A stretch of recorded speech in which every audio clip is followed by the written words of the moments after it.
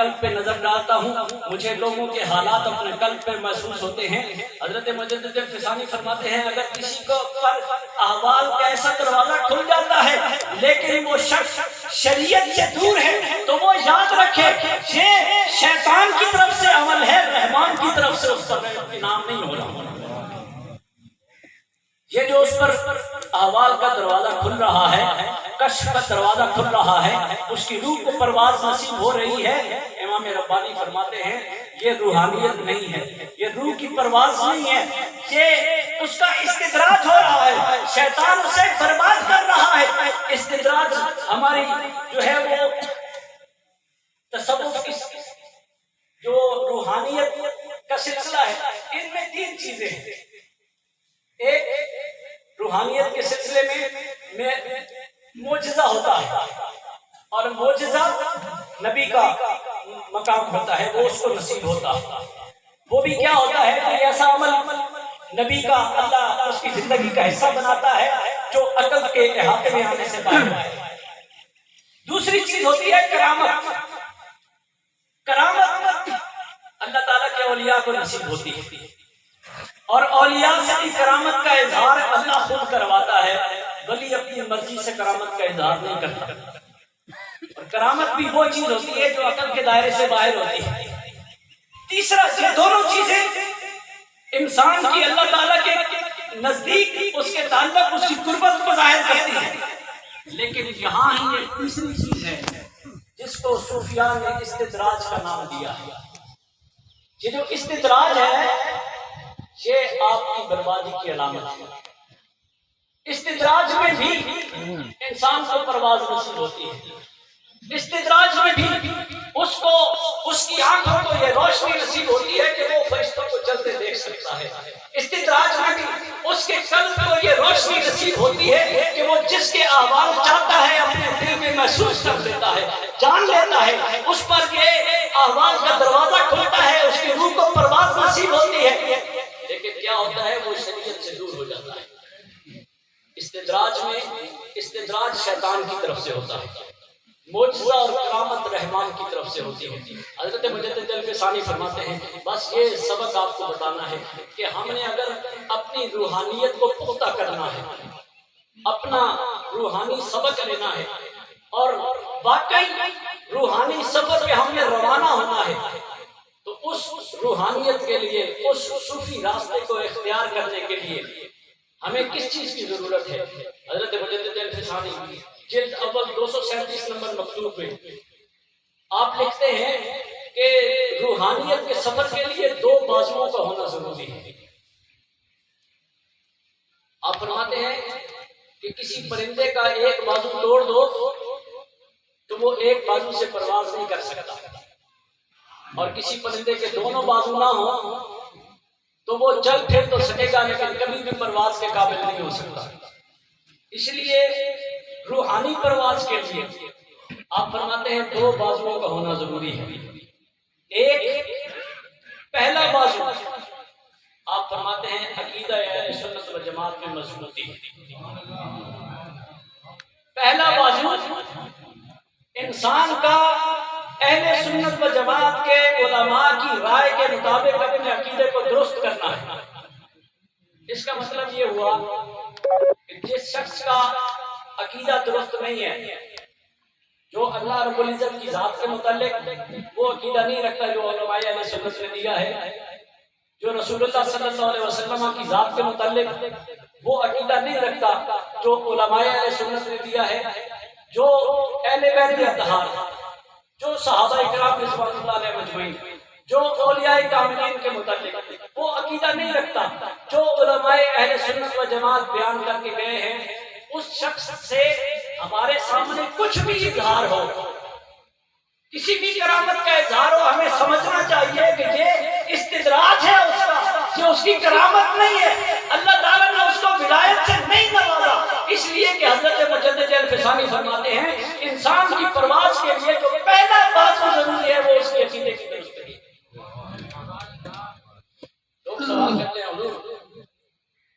وہ جی فلاں شاہ صاحب ہیں، سید ہیں، اس لیے ہم ان کے پاس چلے جاتے ہیں تعویذ لینے کے لیے، دم کرانے کے لیے ان کے پاس چلے جائیں، اگرچہ وہ شیعہ ہیں، اگرچہ وہ فلاں مذہب سے مسلک سے تعلق رکھتے ہیں، لیکن سید پاک کے ہم چلے گئے ان کے پاس۔ دوستان گرامی، اگر آپ نے اپنے آپ کو بچانا ہے، اگر اپنی نسلوں کو بچانا ہے، سید کا صرف احترام ضروری ہے، لیکن اتباع اس سید کی ضروری ہے، اس سید کی اتباع ضروری ہے جو اہل سنت و جماعت کے عقیدے کے مطابق چلنے والا ہے۔ احترام سب کا کرے، لیکن اتباع اور اپنے لیے کسی فیض کے حصول کے لیے اس سید کو ڈھونڈے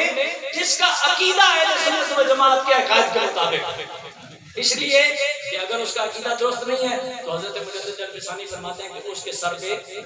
ولایت کا تاج نہیں سج سکتا۔ وہ سب ہو سکتا ہے لیکن وہ اللہ تعالیٰ کا ولی نہیں ہو سکتا، اس لیے کہ ولایت کی پہلی سیڑھی اور ولایت کا سب سے مضبوط بازو انسان کے عقیدے کی درستگی ہے۔ اور پھر آپ فرماتے ہیں جو دوسرا بازو ہے رسول اللہ صلی اللہ علیہ وسلم کی شریعت پہ عمل کرنا۔ رسول اللہ صلی اللہ علیہ وسلم آپ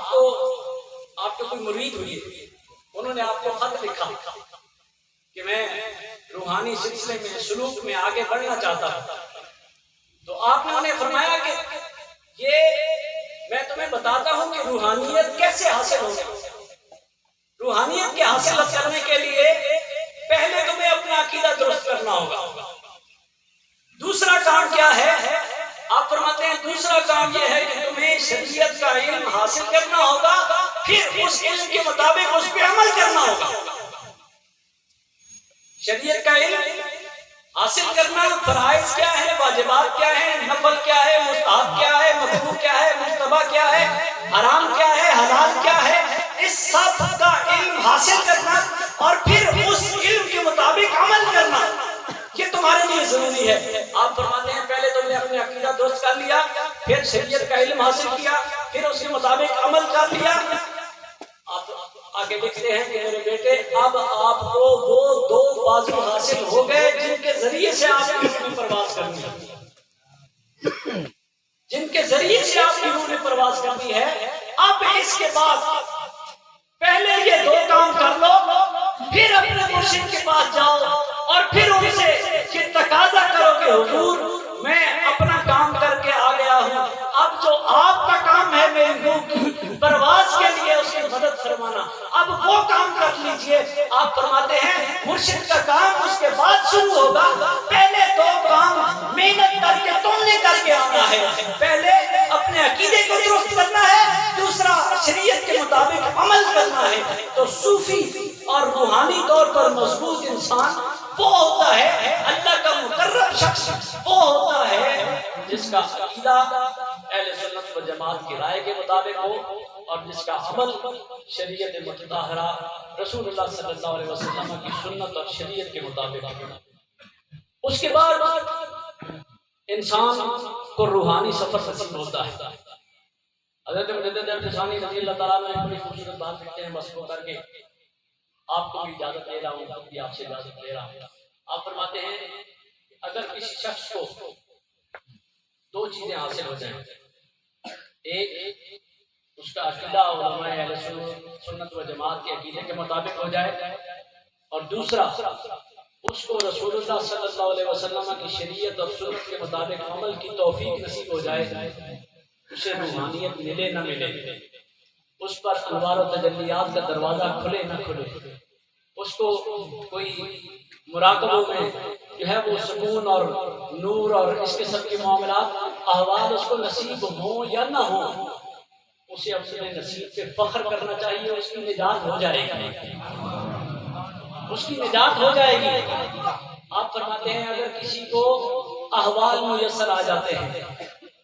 اس کی آنکھوں سے پردے ہٹ جاتے ہیں، وہ کائنات کی سیر کر سکتا ہے، وہ زمین و آسمان میں آ جا سکتا ہے، غیب کے کچھ علوم اس کو حاصل ہو سکتے ہیں، لیکن اس کا عقیدہ درست نہیں ہے یا